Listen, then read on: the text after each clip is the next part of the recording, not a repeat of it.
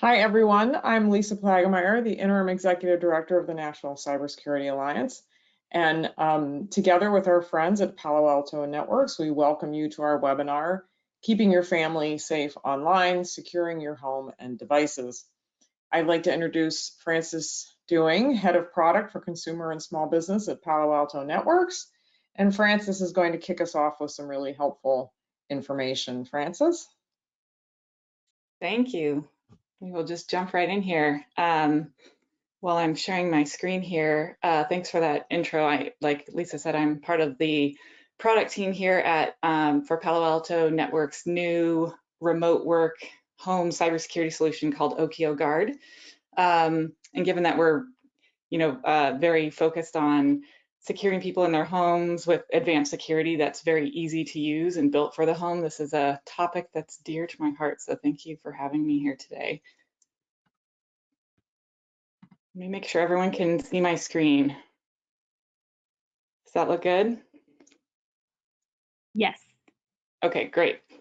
So before we dive into the panel conversation with everyone, I wanted to take a few minutes and lay out a bit of context for why you should even care about cybersecurity. Why is this relevant to you in your personal life or your small business or at home? Some of the common issues and threats that we see people face at home, and most importantly, some things that you can do to stay safe. So first, starting with why you should care, in today's reality, cybersecurity isn't just for the big companies anymore, because cybercrime has become a sophisticated and global business operation. It's estimated to generate hundreds of billions of dollars per year in illegal revenue. So cybersecurity really is its own industry in a sense. And it's organized crime that's moved online that targets anyone where there's potential financial gain. It's not personal most of the time. Yet I hear people often repeat a misconception that I'm not a millionaire, I'm not a celebrity, so I don't need to think about cybersecurity or worry about cybercrime. But when you understand that cybercrime is a business and that this is all about return on investment and financial gain, it's clear why anyone can be a target. Your weak security means that you are easier to hack, and the level of effort and cost that to attack you at home is a lot less than it is to attack a large organization with sophisticated protections in place. Yet the bad guys can still walk away with huge amounts of money. So that's really the first factor at play here. And another thing is that it's also gotten easier to be a cyber criminal. You don't need to have a degree from MIT or be a technical genius. You can buy all the cyber crime tools and services that you need on the dark web. So there are malware tools and phishing kits and full data profiles on people that you may want to target, instructions for how to set up attacks, money back guarantees and customer support. It's all there. The cybercrime marketplace is as robust as an Amazon or an eBay in terms of search engines and user interfaces. And all of this basically just means that it's become easier to be a cyber criminal, and anyone with weak security can be potentially an opportunistic target. Second reason why this is relevant to you and your home and your family is everything is connected. Think about all of the devices in your home that run on your home Wi-Fi. This isn't just computers and phones anymore. We have printers and home alarm systems, Ring doorbells, security cameras, Alexas, even thermostats in cars and baby monitors are all internet connected now, remote controls. So each of these devices is a potential entry point into your network for the bad guys unless it's secured. So unless you are securing all of the devices on your home network, even these IoT or smart home devices, if they're not secured, they can be the weak link in the chain for everything else. And you couple this connected device explosion with the fact that the reality that we all wear two hats, that our personal and work worlds are blended, and you kind of have this, perfect storm of sorts. You really can't practically separate work from personal anymore. If you think about, most of us are using one phone for both work and personal. At least you get work email on your personal phone at a minimum. And even if you have a work computer, a separate computer for work, you likely at least occasionally, Google something, make a reservation, check your LinkedIn, maybe check the scores of the latest sports game. And that commingling of work and personal activities on the same device presents a host of additional threat vectors and opportunities for device infection. And similarly, in addition to using the same devices for work and personal, we're now all at home using the same home network with all of our other family members and their devices. So you've got, on the same Wi-Fi and home network system, you've got your work computer, your kids are doing their homework, they're on social media, they're gaming, we've got, smart TVs and everything else. And it's often, unfortunately, some of the people that we love the most can be our weak links in that scenario. But it's really not practical, again, to try and perfectly separate work and personal. The point is that to be secure, we need to be protected no matter what we're doing online, no matter what hat we're wearing. So next, let's take a look at some of the most common threats that people face at home. Chances are that you've all experienced phishing before at some point. Phishing, the intent of phishing is to get you to take an action, to click something, open a file, navigate to a website that may be impersonating a legitimate website. And ultimately, what they're trying to do is get you to give up personal information, your login information, or click on something that downloads malware. Phishing is all about impersonation and impersonating brands that you trust and people you know. And it now doesn't just come through email. Phishing can come through text message, apps, social media.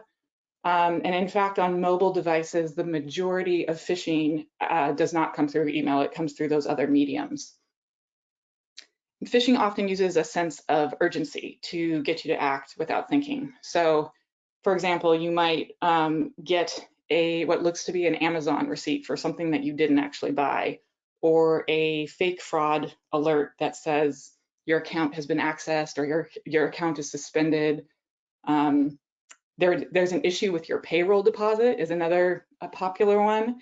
We've also seen in the last year a lot of Google Voice email attachments. So, it looks like a voicemail has come through email. There's an attached file that you can click on and listen to. However, when you click that, it either downloads malware on your machine or it redirects you to a site that asks you to log in using your email credentials. Second, and related, is malware. This is a very broad category of threat that includes ransomware. Malware is any sort of malicious code or malicious program that is designed to do one of a variety of different things. Spying on your activities, exfiltrating your data, ransoming or encrypting your data, logging your keystrokes, everything that you type, stealing your passwords. So a large variety of functionality, and it can come from a lot of different places. Malware can hide in links and files and even images, websites, ads, and it often goes hand in hand with phishing. So for example, you may receive an email from what appears to be one of your coworkers that invites you to view a document. Maybe it's a Word document, maybe it's a Google Doc, maybe it's a Dropbox link. And when you click on that, the doc doesn't seem to open properly or you get an error. What in fact is happening is that wasn't a real document. Malware is being downloaded onto your machine in the background. There's also a common misconception when it comes to malware where people think their phones can't be infected, and that's not true anymore. There is mobile malware both for Android and iPhones. And we've seen cyber criminals use ads and pop-ups in other legitimate apps and games in order to trigger people to click and download things there unknowingly. Cyber criminals will often target kids with phishing and with these pop-ups as a way to get to their parents. So, to gain a foothold on those devices as a first step to get access to other shared accounts or shared devices or networks. So you can imagine a kid playing a game on their device and they get a pop-up that says, install this cool mod or get this free add-on or try out this new game. And when they click that, ultimately downloads something nefarious on their device, which can spy, send info back, etc. The third main vulnerability at the home is IoT devices. And these are those smart home devices we were talking about before that really aren't so smart when it comes to security. They're not built with security in mind most of the time and can have latent vulnerabilities in them that act as an entry point into your network and other devices. There have been both demonstrated hacks and in the wild hacks of everything from baby monitors to home security cameras, smart locks. And the risk there is that the attacker could be intercepting that video or audio feed from the smart device, or also using it as a foothold in your broader home network to pivot to other devices. So enough of the scary stuff. I promise this is not hopeless or we wouldn't be here today. And there's a lot of stuff that you can do that doesn't require an IT degree that can help you stay safe. It'll get you 90% of the way there. Oftentimes it doesn't even cost any money. So I want to leave you with just three really simple things that you can do to stay safe online. And when I think about holistic security and just being secure overall, I like to think about that in 3 buckets. It requires protecting your accounts, protecting your devices, and protecting your network. So on the first topic of accounts, one critical thing that you can do to protect your accounts is to turn on multi-factor authentication. And this is probably something you're familiar with when it comes to your banking login. Multi-factor authentication is where you receive a one-time unique code every time you log in addition to using your password, and you need both of those things in order to access your account. The reason why that makes you a lot more secure is that even if a hacker cracks your password, knows your password somehow, they would still need that second code that changes every time in order to get into your account. So this is something that it's a setting really that's on your in each of your online accounts. It can be accessed in different places in the settings depending on if it's your email or your bank, but you have to go and turn it on. And definitely you want to enable that on any sort of financial logins or emails. Also social media or anywhere where you can be direct messaging people or where you could be impersonated. And another thing that people often forget for Apple users is iCloud. You definitely want to turn on multi-factor authentication on iCloud because that is where all of your data is syncing between all of your devices. So it's definitely something you want extra security on. And if you're given the choice to receive that one-time code by email or text message or an app that generates the code, apps the app method is much more secure, or the hardware token methods, particularly banks will sometimes send you a little hardware token.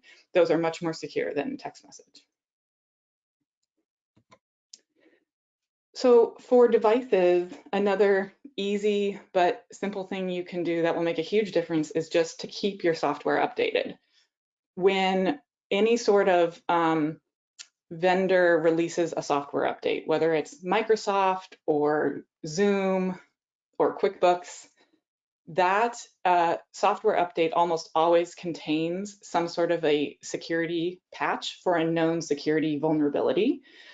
Even if the update is advertised as containing new features or functionality, it almost always also has a security patch. And so if you don't keep your software updated, you're leaving that hole there, that vulnerability that can be used as a backdoor into your device. So it's really important to always update your software and that goes both for the operating system itself, like Windows or Mac, but also any other apps or software that you've downloaded and used there. So, you know, Adobe, anything else.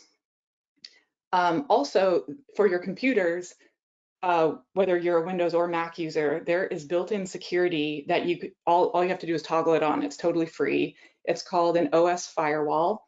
It's in settings. It's another layer of kind of blocking and tackling that, again, is totally free. All you have to do is toggle it on in the settings.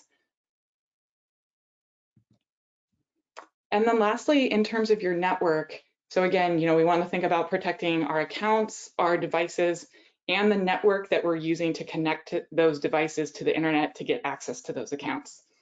And at home, it's really important, well, at home and your office, it's really important to have network layer security, which is essentially a firewall with advanced threat blocking capabilities built in to stop threats before they even reach your devices.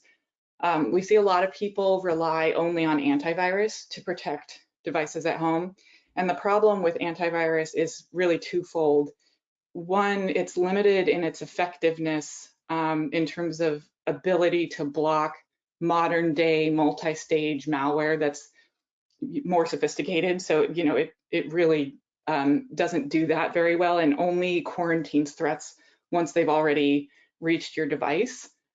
It also, antivirus doesn't work on all devices. So iOS devices and smart home devices don't run antivirus software. So that's why, again, it's important to have this network layer threat blocking that's really built in most of the time to a router in order to stop, to protect all those devices on your network. And there are business grade or corporate grade routers that have this capability built in. The effectiveness varies by provider and what their threat intelligence sources are that are feeding that, you know, blocking and tackling system. This is actually what our Palo Alto Okio product does. The one that I work on, it's built to protect your whole network and all the devices connected to it, and to be super easy to use. Simple enough for my mom even. So you get advanced protection, but you don't need you know, an IT department to be able to set it up or use it. And that is, those are all the prepared comments that I have. So hopefully that's some good background to kick off our conversation with the panel and answer all the questions that you all may have today. Great, thank you very much. There we go, my camera's back on. Super. I love that you gave us sort of, you boiled it down into those three main ways to stay secure. There's a lot of actionable advice in there for people too. So thank you for that. So now on to our panel discussion, and we will also save some time at the end for Q&A. I know we've had a couple of questions come in already, so people are chomping at the bit. That's great. So in addition to Francis on the panel, we have Kelly Andrews, Senior Director of Cybersecurity and Lawful Access with Microsoft. Welcome, Kelly. And we have Chris Sotero, Chief Information Officer with Allstate Identity Protection. So hi, Carlos. Why don't we start off with Francis? You gave us that great overview of protecting accounts and devices and networks. And we've done some recent research here at the National Cybersecurity Alliance, our report that we titled little tongue-in-cheek, "Oh Behave," because it's about people's security behaviors. We found that there are a lot of reasons that people don't spend the time doing some of the things that you outlined, even if they're already aware of them and know that they should. So what do you say to people that feel that it's just not worth their time and attention to take some of these actionable, easy steps?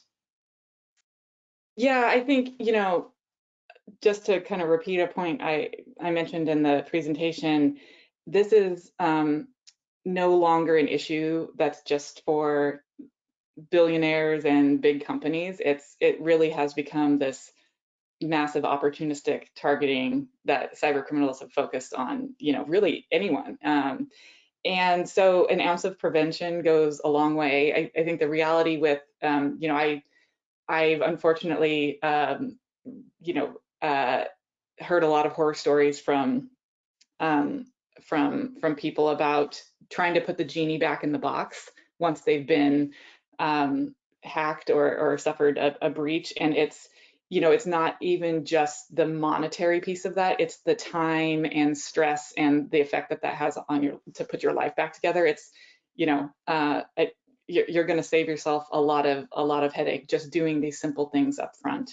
And I guess I'll just also reiterate that security doesn't need to be hard. I think a lot of people maybe avoid this because it just seems like overwhelming and too much, and you don't have to understand the technical side of things to do this. 90% of it is just being more conscientious as a user. Most attacks start with you know, phishing or social engineering, just trying to trick you into doing something. So even that will, you know, put you most of the way there. Carlos, do you have anything to add to that?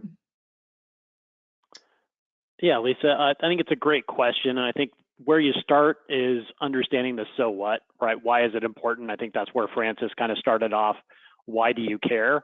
And unfortunately, you know, families are 30% more likely to fall victim to fraud. And online just makes it easier.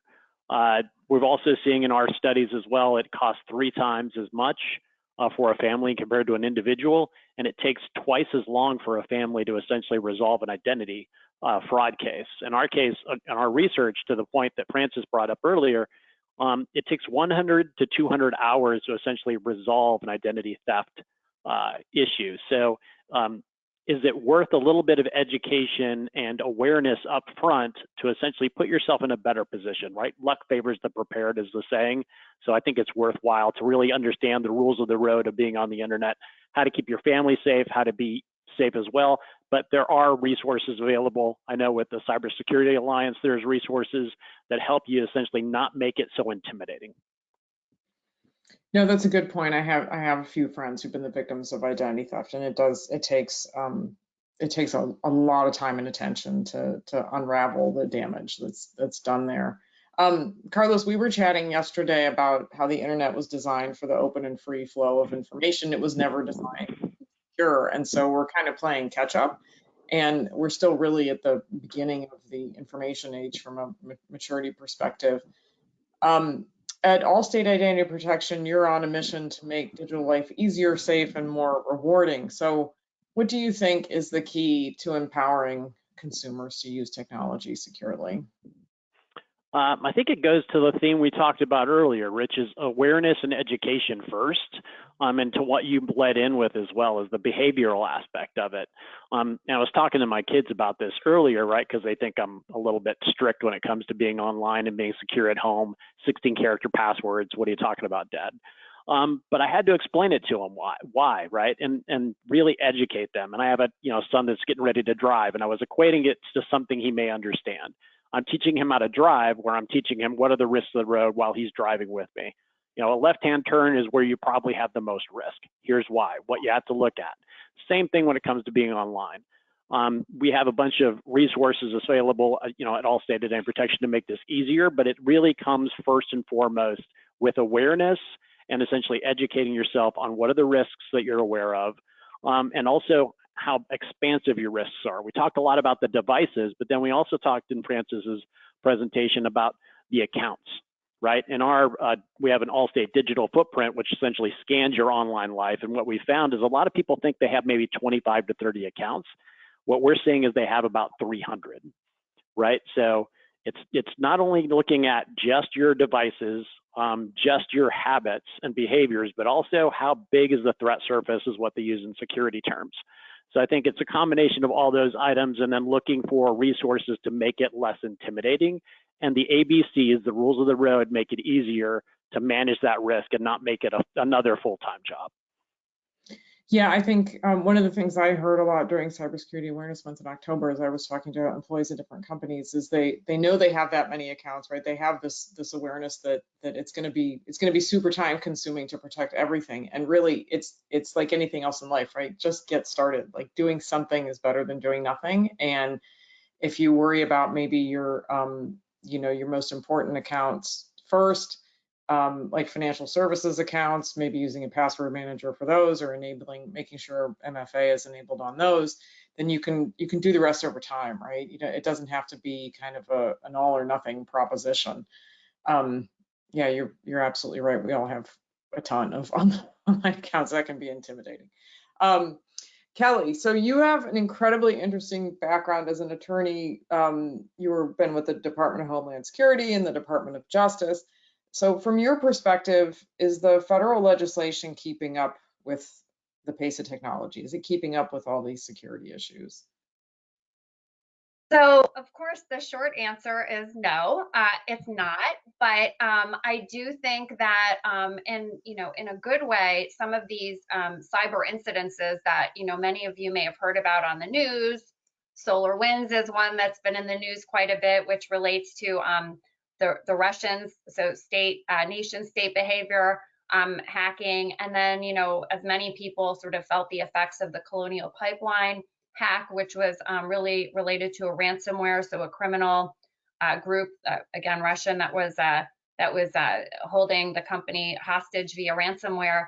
Those types of incidents, I think, really end up coalescing legislators as well as, of course, administration officials to think through what more needs to be done and kind of what are the immediate actions that need to be taken. And so I do think that because of these events, I think both the administration, so from an agency perspective, there are many things that are being put into place.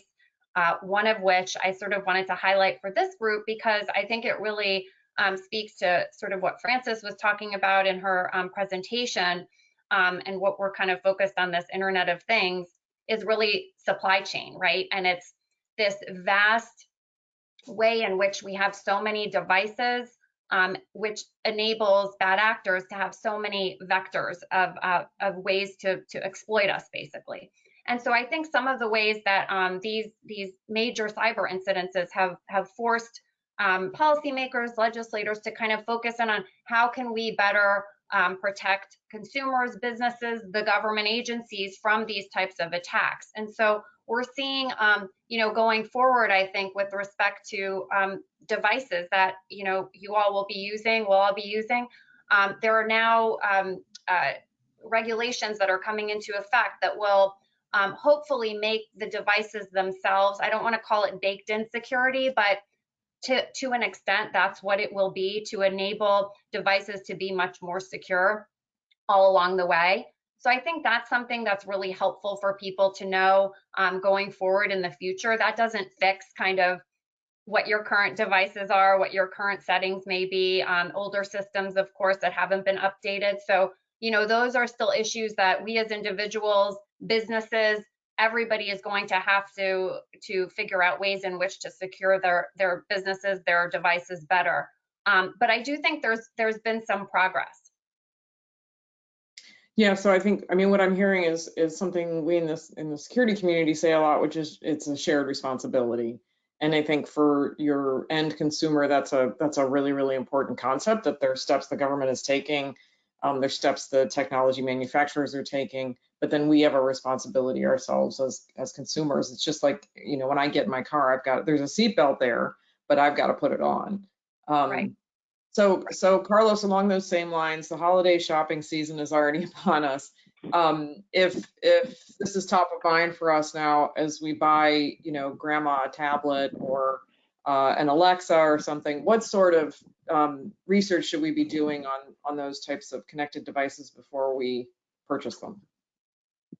I think it's a great question, Lisa. I go through this every shopping season myself, and try to figure out essentially how can I avoid technology and adding to my my role as CIO is also applicable in the household, and I'm also the service desk as well. So I think the first and foremost, you have to look at, do you need it? Is it really something that you need? And then are you familiar enough with it, right? So start with the basics. If you're already a household that may be already, invested in Apple devices and you're familiar with the controls that can be used to manage screen time for your kids or be able to help your father, right? Because, I have a father as well that's in his 80s working on how to get him enabled for FaceTime. Then it may not be bad, right? You don't have to do an extensive amount of research, kind of like if you were buying a car. If you're familiar with that make and model, you don't necessarily have to do a lot of research. You understand the maintenance costs, you understand where the controls are. However, if you are going to expand, like for example, hey dad, I want a gaming PC, then you're looking at potentially adding a new operating system, and you're going to have to figure out how am I going to manage that operating system, and that is another potential control plane, or risk, I should say. And that's when it looks in, you start making it more complicated, not on the device basis, but then essentially how do you get visibility and manage screen time for your kids? How do you manage the security? How do you manage the patching? Similar to what you do in an enterprise space. However, the tooling and the software hasn't evolved in the consumer space to make it easy. So you have to look at third-party solutions when you start making it more complicated. And then just really make sure you're making an educated choice to make sure that you're going into it with eyes wide open. You know how you're going to do it. And if you get too expansive, right, you start adding Apple devices, Windows devices, Android devices, you may need to start looking at a third-party solution that makes it easier for you to manage all those things in one place. You know, one of the ones I look at is Bark, for example. And there's others out there that essentially you could use to essentially make it easier to manage those devices outside of just whether or not you need the device itself. I would also add that, you know, doing a little bit of research, you don't need to have a, you know, technical or legal understanding, but doing a little research on, does the company that makes this device, do they take security and data privacy seriously? Like if you just Google, you know, whatever product or device and like security breach or issue, like do they respond quickly to those things? Do they patch things? Because everyone's going to have, you know, everyone finds security issues in their devices, and it's like, how do they react to that? Do they have a security policy or a data privacy policy? Is it like one sentence long, or is it like, does it look like they take it seriously? So I think some of it's common sense and just understanding that whether the manufacturer and the company is taking security seriously, because at the end of the day, you're really depending on them. You don't have control over how this, you know, the inbuilt security of that device. Yeah, that's a really good.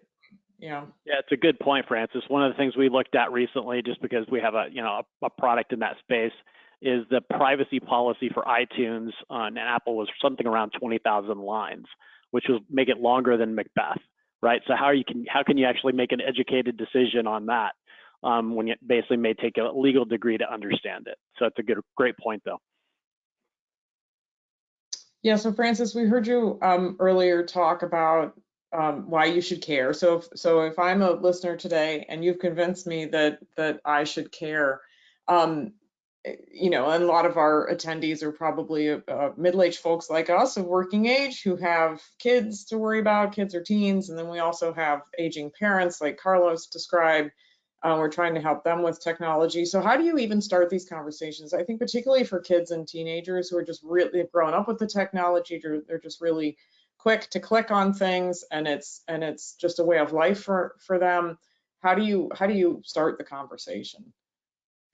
Yeah, I think, you know, like Carlos said, I think really talking about the so what is important, especially for kids, and they're never too young. I remember when my son was like, you know, 4 or 5, he would want to watch YouTube videos, and I would watch with him, and when the things would pop up, I would explain to him, hey, that's a pop-up. We don't click on those. You know why? This is what that's trying to do.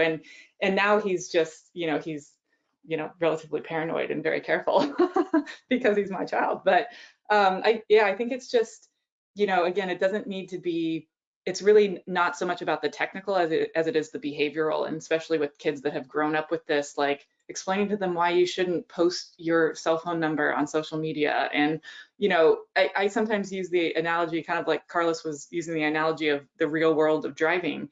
Like some of the stuff that we do without thinking in the digital world, we would never do if this was like a physical real world situation. If somebody random just came to your house and said, hey, you want to be my friend? You'd be like, who is this person? Like, but yet we do that online. So I think just, you know, starting there, and again, starting with educating yourself first so that you can educate your kids. There's tons of resources if you know where to look. You know, I know, Lisa, your organization has lots of them, and Palo Alto's co-written some of those. We also, at Palo Alto, we have a program called Cyber Aces, which is free education for anyone from 5 to 15. It's like videos and little tutorials and stuff. You also And have the Girl Scout badges that you helped with. yeah, badges where you can earn cybersecurity badges, and so there's lots out there. You just have to look for it. Yeah, I'll give a push for our website, StaySafeOnline.org, which has a lot of tips, the kinds of things that Francis was describing. I want to make sure we're getting quite a few questions. I want to make sure we have time for that. So one more thing I wanted to talk about though with Kelly before we go to questions. So our OBehave study at the National Cybersecurity Alliance showed that people often don't report when something bad does happen. They just don't think it matters. They don't think anybody's going to do anything about it. They don't even think that anybody's going to look at the data. So very few people actually report. And then there's also a problem out there that most people don't know who to report to. So with your background at the Department of Justice and in public policy, could you kind of talk a little bit about what recourses available for people that find themselves as victims of cybercrime? Yeah, sure. So, it was interesting reading OBehave and gosh, seeing these numbers on the lack of reporting. It was pretty shocking. It said 61% who were victims of cybercrime didn't report. 37% didn't report identity theft. And there was also kind of a generational difference too, which I thought was really interesting, that baby boomers tended to report at much higher rates than, of course, Gen Z, and it kind of went down from baby boomers all the way. And really, I think what's so important for people to think about, number one, is if you are a victim of a cybercrime, you should not be embarrassed or think this doesn't matter at all. Why bother? It's just little old me who has been hacked or whatever, because this is part of a much larger sort of you are part of a much larger cyber ecosystem. But sort of referencing back to what Francis was talking about, cybercrime is a business. And so these are not one and done. So you're not going to be the only person who's been victimized. There's probably going to be hundreds, if not thousands, of other people. And so as we're sort of thinking about being a part of this cyber ecosystem and sort of securing each other, if you will, it becomes really important that you report if you are a victim of a cybercrime, identity theft, because that's a way for our agencies, our law enforcement agencies and regulatory agencies to take all these pieces and see what's going out there and ensure that that they are getting all of these sort of tactics and techniques out there and figuring out, is this a larger issue that they can address? And so, you being that one victim, there's probably many, many more, both past and future. And so we want to really harness our ability as a country to be able to counteract cyber criminals, nation state attacks, and what have you. So you're really an important cog in this entire enterprise. And so I would just encourage you to not think of yourself as a lone victim, but rather you're really helping other people by reporting. And so to kind of the second question of where to report, companies feel like this issue of who do I go to, is businesses feel the same way as individuals. So this is a question that many people and businesses think about and face. But what I would recommend for victims is, first of all, the FBI has you can put it in Google. You do IC3.gov, and that's basically the FBI's sort of hub, if you will, for all internet-related criminal reports, but it also has a lot of resources on that website. So it's IC3.gov. You can go there and put your report in there, and what they do is they're basically a clearinghouse, and so they'll ensure that your report gets to the right, whether it's state, local, federal, possibly international agency, they'll ensure that it gets to the right place. So that's one thing you could do. Another thing that's also really a great resource is the Federal Trade Commission. So ftc.gov, they also have a reporting mechanism. Again, they'll take that report and they'll ferret it out to the right agency. So that kind of takes the guesswork for you, out if you're not sure.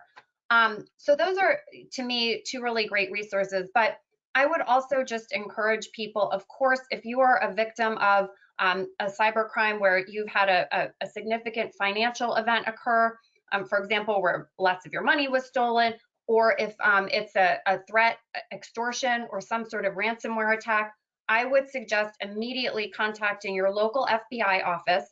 And you can find that on the FBI.gov website. And I would also recommend calling your local police department. And the reason I say both is because a lot of times, depending on where it is, one jurisdiction, whether it's federal or local, may end up being more forward-leaning and have more interest in working on the case immediately. And so I think it's important for you to advocate for yourself and to definitely contact both of them. So those are some of the I think key resources, and really encourage people not to be scared or intimidated at all about reporting these types of crimes. Thank you for that. Yeah, that's really important information. So I wanted to pivot now and go to a couple questions because there's some really good ones that are coming in. So somebody has said that they get a little overwhelmed when they think about all the resources, and they think it's going to take hours and hours. And if I had a short list of 5 steps that were easy enough to do, I might get started. So I'm going to name my top. I'm going to boil it down to 2 things that I think if everybody did would make a massive difference in cybercrime globally. And one of them kind of has a couple of steps. So one of them is just passwords, right? Not using the same password for multiple accounts, because bad guys take a credential stolen in one breach and use those to try and break into other accounts. We think, oh, that's, somebody's just going to try and break into that one account. They're using automation to break into other accounts. So if you're using a long, complex password or passphrase for every single account, that usually means that to deal with all that, you're going to need a password manager or password vault application. I'm a huge advocate for those. So that's kind of tip number 1, is use a password manager and let it guide you through, making sure that you have long, complex, unique passwords for every account. And then number 2, we've talked about already today, that's multi-factor authentication. That means if somebody has your credentials, they won't be able to get in, or if they're able to crack your password without that second factor of authentication, they won't be able to get in. Anybody have anything else that they feel like they want to add? I know Frances's presentation had a lot of really good tips in it, and she boiled it down to 3 main headings. So that'll be available afterwards. But anybody else have those are my 2 favorites. I know people get overwhelmed. So if we had to boil the ocean, those are the 2 I'd start with. What about you guys? I mean, I agree with those, and I would just add, like, for context, MFA, right? In your OBehave report, 48% of the people did not know what it was. And so that to me is like that kind of educational effort about cyber hygiene practices is also something that we all really need to work on, because the fact that people don't necessarily know what that is, I think is a testament to us continuing to explain it in layman's terms, and like Frances did, to say how you could actually enable it on your devices, which I feel like a lot of people are like, what is, yeah, I've heard of it, but I have no idea what to do and how to do it. So I think that's really important too. Yeah, I wish we'd have named it something else. Something easier. Yeah. Carlos, did you want to add to that? Yeah, I would add to your list. I think you covered the main ones, right? Because we're seeing anywhere from 60 to 80% of the breaches happen because of a weak password or reused passwords. So strong passwords, multi-factor authentication.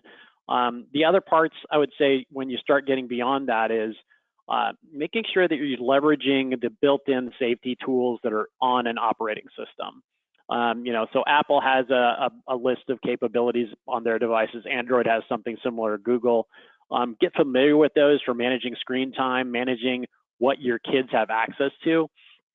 And you have to start looking at it beyond a device, beyond your authentication, but also start looking at the content, right? So I think the other part we have to start looking at is beyond just the risks of, fraud, potential financial risks as well. But what is the content actually doing to your children? How do you manage that content? And start looking at the gaming that they're actually starting to do. Like, each game takes a bit of work to set up and make sure that you're not opening that up to stranger danger in a different way. So there's, those built-in controls in an operating system, if you're staying within one ecosystem, probably work well. Otherwise, you probably need to look at something more sophisticated.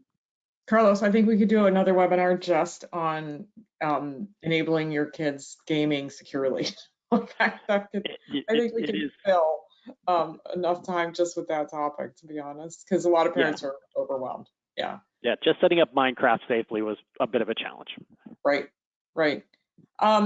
So we did have somebody that asked how often you should change your passwords and thoughts on password manager applications. I think I can safely say that the four of us are all big fans of password manager applications.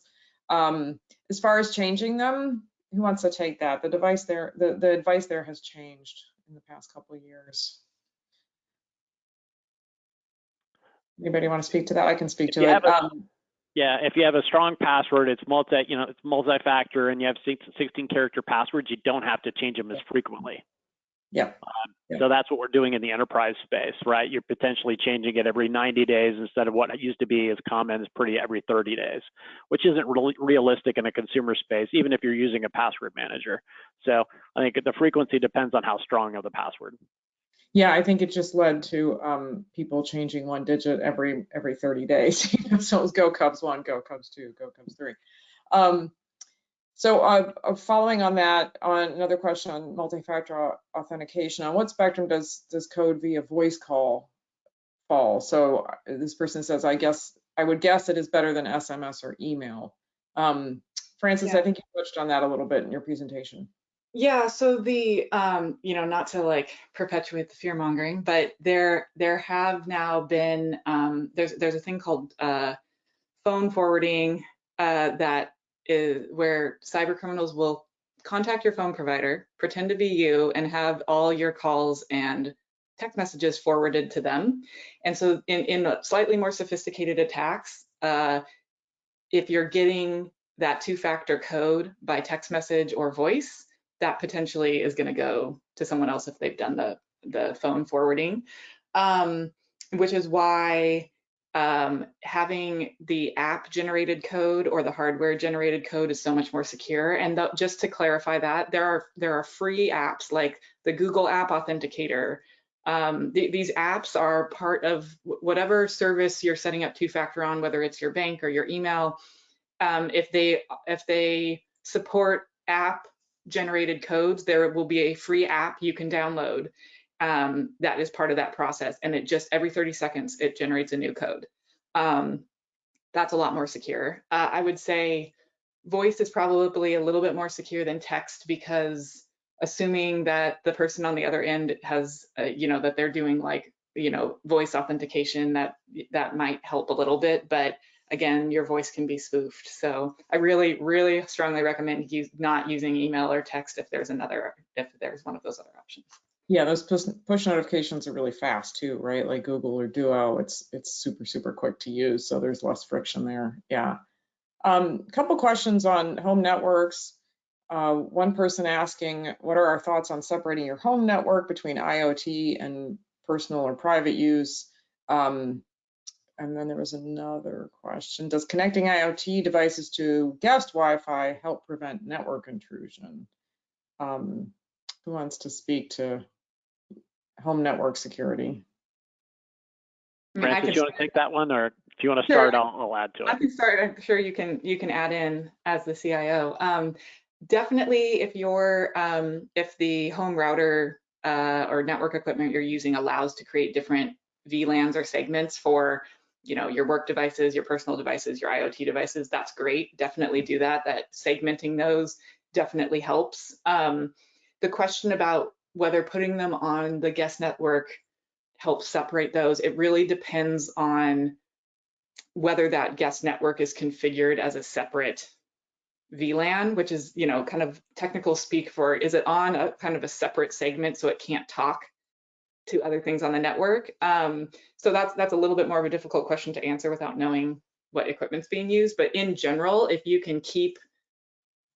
need a separate login to attach those devices, you create a separate like Wi-Fi network and login for those devices to connect, then that does help provide some separation. Carlos, did you want to add? Yeah, I think you covered it, right? If your device allows you to create a separate SSID and VLAN and segregate that traffic, that's best practice. And if your guest network is truly isolated, not just logically, but also completely segregated, then there won't be the risk of essentially that traffic getting into your core network. So IoT devices are a threat surface, and they are, like Francis covered earlier, they aren't covered with antivirus. So essentially, you're only as good as the last firmware update from that manufacturer. So your best practice would be to segregate it and realize that you're going to have to manage that a little bit differently. I would definitely say have a separate guest network if you can do that, because I've heard horror stories of the mother-in-law coming to visit with her 1990s unpatched computer and just causing havoc at the home. So having those people separate that you can't control is a good idea. Yeah, so I would have a separate network for your kids too. That way you can actually do quality of service and make sure your traffic takes priority. Along the same lines, what type of security can you have at the router level? What types of routers do you recommend that are capable of running security? I mean, I obviously recommend Okio, which is a top of the line, like mesh enabled Wi-Fi router that comes with all this security built in. It's like very easy to use, like any sort of like Eero or Google. But I don't know if Carlos has other good recommendations for other routers. No, I think I'm not as familiar, unless you're going to send one to the house for me to test. But I think Google has a decent whole Wi-Fi experience. I've installed several for friends, and it's just a matter of which ones are the easiest. Probably the newer ones on the market, Orbi, Google, etc., have the built-in capabilities that make it a little easier to do the security. And if you really are interested in the space, you can go prosumer. There's Unified Networks that has a solution out there that allows you to do something along those lines. That's pretty cost effective and gives you the configuration of what you would need, but only if you really are interested in it and want to put in that effort to make it something you want to configure on your own. So back to password managers. This is also some of the data that we learned in the OBehave report, that a lot of people don't use password managers. The most common way to remember all the passwords is to write them down, which is not incredibly secure. And the reason people don't use password managers is that they don't trust them. That was the most popular answer. And we have somebody with a question today who says, I'm not sure I trust a password manager. If they have a breach or someone cracks my account on that, it's the keys to the kingdom, right? So I'll take this, and then anybody else wants to chime in. So I think there were some security incidents with some of even the well-known password vaults when those were kind of new technology. And I guess I'd say that they've kind of worked the kinks out if you think about it from a consumer perspective. By and large, they all store your passwords with strong encryption. So until quantum computing is a thing, we don't really have to worry about that. And if you use a long, complex password as your main password to get into your vault, and you use multi-factor authentication that we've talked about it, then you're pretty safe there. You're far safer doing that than you are having some of those other bad habits, like using the same password for multiple accounts, for example, or using passwords that are short and easy to crack. Because there's, I think Francis mentioned earlier, it's password for cracking software that the bad guys are using. It's nobody sitting there, kind of going one by one trying to figure out your password. They also use something called zero knowledge architecture, which means that I think people have this impression that there's software engineers at those companies sitting around who can steal your passwords, and that's absolutely not the case. And you don't have to put all your accounts in there at once. You can just start with a couple, and then if you install it on your browser, it will prompt you in the future. Anybody have anything they want to add? Francis, I think you've got a product in that space, right? Well, I mean, I just would kind of put another plug for two-factor authentication, because it really makes your passwords matter a little less. Like, this whole passwords are imperfect. Even if you have 64-character password and you change it, every week, it's still a kind of a bad system that we have there. But two-factor authentication just makes that matter so much less, because they have to have that second code that they can't get otherwise. So I just, save yourself some worry and just do two-factor. Right. Another question, would you recommend home users go to haveibeenpwned.com to monitor their various accounts for having been caught up in a data breach somewhere? So I mean, personally, what I would say to that is there's some shock factor there the first time you go to that site, and see that some of your information is out there. But I'm a big fan of prevention as opposed to realizing that, you know, somebody's got my cred somewhere. Kelly or Carlos, do you want to comment on that? Yeah, I mean, it's one of those things. Be aware of it generates awareness and potentially, to your point, Lisa, a shock factor. And then when you realize, oh wow, yeah, my information is out there, and probably more information than I cared to see, then it may necessarily be the wake-up call you need to take action. So I do recommend probably going out and looking, just so you can see, you know, your online life, your digital life, how expansive is it? What is actually out there beyond what you think is out there? And then you have to determine what your next steps are.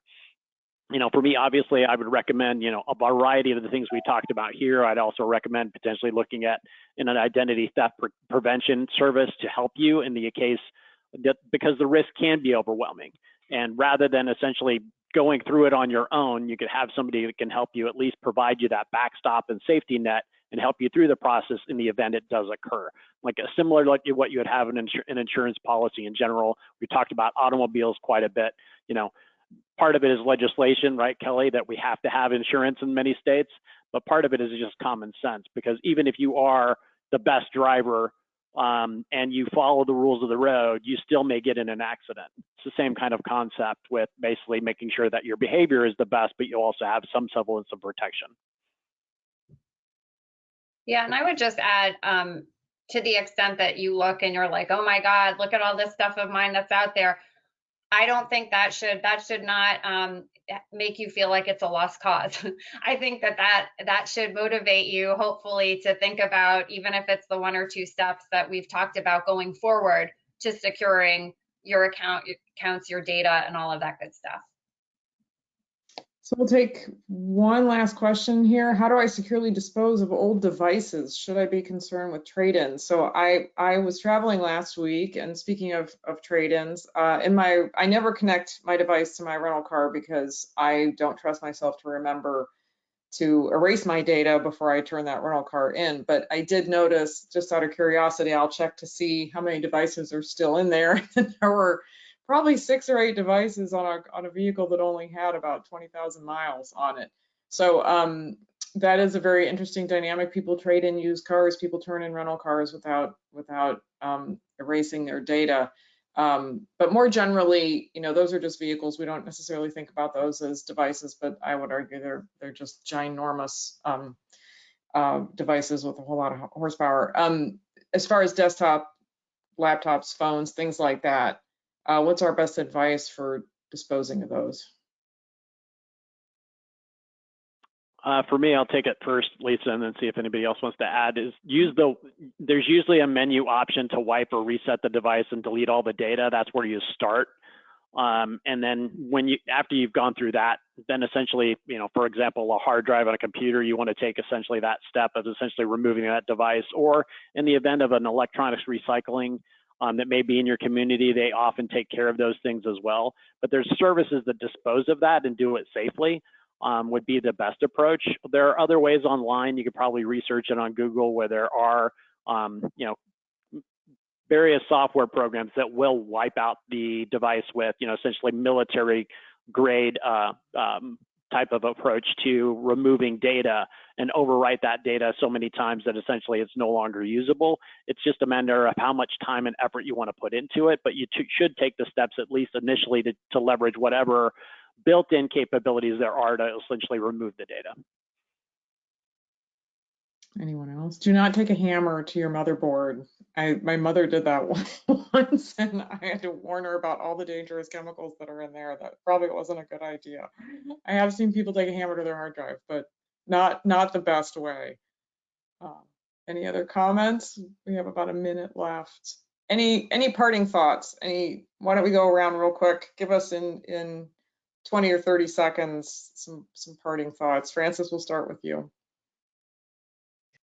Yeah, I would just given that a lot of people, I think, still feel overwhelmed, I just want to reiterate, this is not hopeless. You don't need a cybersecurity degree. And kind of to piggyback on what Kelly was talking about too, even if all of your data is out there, if people know your social security number, your passwords, you can still be secure. And I know that from before I was at Palo Alto, I worked with very high profile people who don't have the choice but to be very public, and everyone knows everything about them, and you can still be secure. So, I guess just, don't put your head in the sand. And like Lisa said, just start little by little. You don't have to, eat the elephant all at once. Kelly? I guess I would just say, we think about that term like trust but verify as like, one of our sort of go-to. I would say we really need to sort of rethink it, and it should be like zero trust but verify. I really think when you're now on the internet and everything, you really have to the point of all the examples Francis gave, it's really not to trust those random emails that you get or click on this or whatever. You really have to now be a little bit more of your own law enforcement person, if you will. Your own advocate. Yeah, Carlos? Yeah, I'd say, we talked a little bit philosophically about whether the internet was safety or Pandora's box or the cornucopia of knowledge that we all seek. It's a little bit of both. The best way to approach it is essentially just knowledge and awareness, and just not be overwhelmed. I think we've given a couple of just tactical items. Do the ABCs, do the three things that Francis pointed out in her presentation. That's a good place to start. Just don't get overwhelmed, and if you need help, there's plenty of online resources we talked about today to essentially give you that knowledge and give you that first step. Well, thank you, everyone. We went over by a minute, but as you can see, this is something that we all really like to talk about, and there's still lots of questions out there. So as I've said earlier, have a look at StaySafeOnline.org. We have lots of tips, and there's ways to get involved with us there too. Thank you very much. Thank you. Thank you.